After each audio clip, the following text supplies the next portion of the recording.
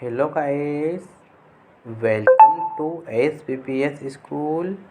Today we see Chapter 5 औद्योगिक समाज में परिवर्तन और विकास of 12th class Sociology. Watch the video from start to end. If you like the video, then please like and share. आइए हम chapter 5 औद्योगिक समाज में परिवर्तन और विकास का सॉल्यूशन कर लेते हैं। ठीक है, इसमें हम क्वेश्चन नंबर 2 देखते हैं। ईंटें बनाने की बीड़ी रोल करने के सॉफ्टवेयर इंजीनियर या खदान के काम जो वाक्य में वर्णित किए गए हैं के कामगारों के सामाजिक संगठन का वर्णन कीजिए। कार्यावस्थाएं कैसी हैं और उपलब्ध सुविधाएं कैसी हैं। मधु जैसी लड़कियां अपने काम के बारे में क्या सोचती हैं। ठीक है, एक बार क्वेश्चन को फिर से समझ लीजिएगा। ईंटें बनाने के, बीड़ी रोल करने के, सॉफ्टवेयर इंजीनियर या खदान के काम जो वाक्य में वर्णित किए गए हैं के कामगारों के सामाजिक संगठन का वर्णन कीजिए। कार्यावस्था कैसे हैं और उपलब्ध सुविधाएं कैसी है। मधु जैसी लड़कियां अपने काम के बारे में क्या सोचती हैं। ठीक है, तो इसका आंसर देख लेते हैं।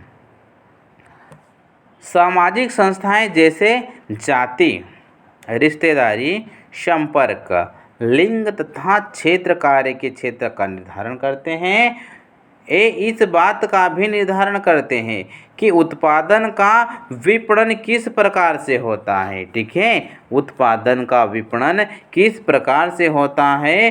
कुछ रोजगार के क्षेत्रों तथा विभागों में महिलाओं पुरुषों की तुलना में अधिक संख्या में कम करती हैं। उदाहरण के तौर पर शिक्षक तथा नर्स के रूप में महिलाएं पुरुष से अधिक संख्या में काम करती हैं अपेक्षाकृत इंजीनियरिंग अथवा अन्य क्षेत्रों के।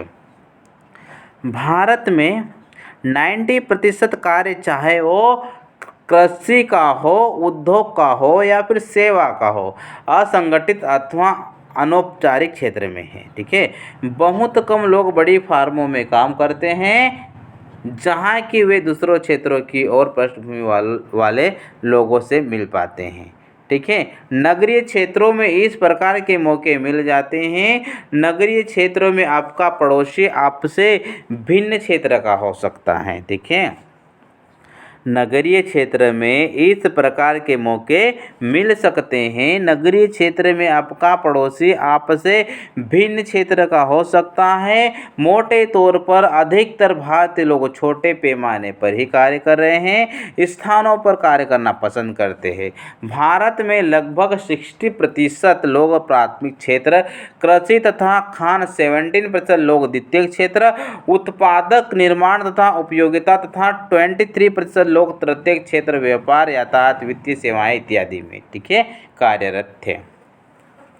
कृषि के क्षेत्र में तेजी से गिरावट आई है। ठीक है, कृषि के क्षेत्र में तेजी से गिरावट आई है। इस क्षेत्र में होने वाले कार्य लगभग आधे रह गए हैं। यह स्थिति बहुत ही गंभीर है। ठीक है, यह स्थिति बहुत ही गंभीर है। इसका अर्थ यह हुआ कि जिस क्षेत्र में ज़्यादा लोग कार्यरत हैं वह उन्हें अधिक आमदनी देने में सक्षम नहीं है। ठीक है, वह उन्हें अधिक आमदनी देने में सक्षम नहीं है। भारत अभी भी एक बड़ा कृषि प्रधान देश है। ठीक है, भारत अभी भी एक बड़ा कृषि प्रधान देश है। सेवा क्षेत्र, दुकानें, बैंक, आईटी, उद्योग, होटल तथा अन्य क्षेत्रों में ज़्यादा लोग कार्यरत हैं। नगरीय मध्यम वर्ग का विकास उनके मूल्य के साथ हो रहा है। ठीक उसी प्रकार से जिस प्रकार से हम टीवी के सीरियलों तथा फिल्मों में देखते हैं, लेकिन हम यह भी देखते हैं कि भारत में बहुत थोड़े से लोग ही सुरक्षित रोजगार प्राप्त करने में सफल हो पाते हैं। इसके साथ ही वेतनभोगी वर्ग का एक छोटा सा हिस्सा भी अनुबंध श्रम के प्रचलन के कारण असुरक्षित हो गया है। ठीक है, नेक्स्ट क्वेश्चन देखते हैं। क्वेश्चन नंबर 3, उदारीकरण ने रोजगार के प्रतिमानों को किस प्रकार प्रभावित किया?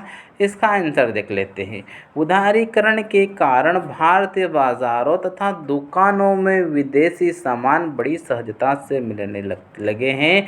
इसके कारण कुछ श्रमिकों को अपने रोजगार से हाथ धोना पड़ा है। ठीक है, बहुत सारे भारतीय कंपनियों को बहुराष्ट्रीय कंपनियों ने खरीद लिया है। ठीक है, बहुत सारी भारतीय कंपनियों को बहुराष्ट्रीय कंपनियों ने खरीद लिया है, किंतु इसके साथ ही बहुत सारी भारतीय कंपनी बहुराष्ट्रीय कंपनी के रूप में भी उभरी हैं। ठीक है, उदाहरण के तौर पर पार्ले, पेका, फैका, कोका ने खरीद लिया। ठीक है, उदारीकरण का दूसरा क्षेत्र खुदरा व्यापार का क्षेत्र है। ठीक है, उदारीकरण का दूसरा क्षेत्र खुदरा व्यापार का क्षेत्र है। बड़ी विदेशी कंपनियों तथा व्यापारियों के भारत में आने से भारत के छोटे व्यापारी, दुकानदार, हस्तकला विक्रेता, हॉकर इत्यादि अपना रोजगार खो बैठे हैं। ठीक है, अथवा उनका छोटा व्यापार इससे बुरी तरह से प्रभावित हुआ। इसका कारण बड़े बड़े मॉल, शोरूम, रिलायंस अथवा सुभिक्षा थे। ठीक है, विश्व के बड़े व्यापारिक संस्थान जैसे वॉलमार्ट स्टोर्स, कैरिफोर तथा टिस्को भारत में प्रवेश के राह तलाश रहे हैं। ठीक है, जबकि बाजार में सरकार ने प्रत्यक्ष विदेशी निवेश पर प्रतिबंध लगा रखा है। वॉलमार्ट, कैरिफोर तथा टिस्को एक संयुक्त उपक्रम स्थापना करने वाले हैं। भारत का खुदरा व्यापार क्षेत्र लोगों का केवल इसलिए नहीं आकर्षित कर रहा है कि यह तेजी से समृद्धि कर रहा है, बल्कि इसलिए कि छोटी छोटी दुकानों का व्यापार कुल राष्ट्रीय व्यापार का 97% है। लेकिन उद्यमों की इस विशेषता को देखते हुए सरकार विदेशियों को बाजार में प्रवेश करने से क्यों रोक रही है? ठीक है, सरकार विदेशियों को बाजार में प्रवेश करने से क्यों रोक रही है? ठीक है।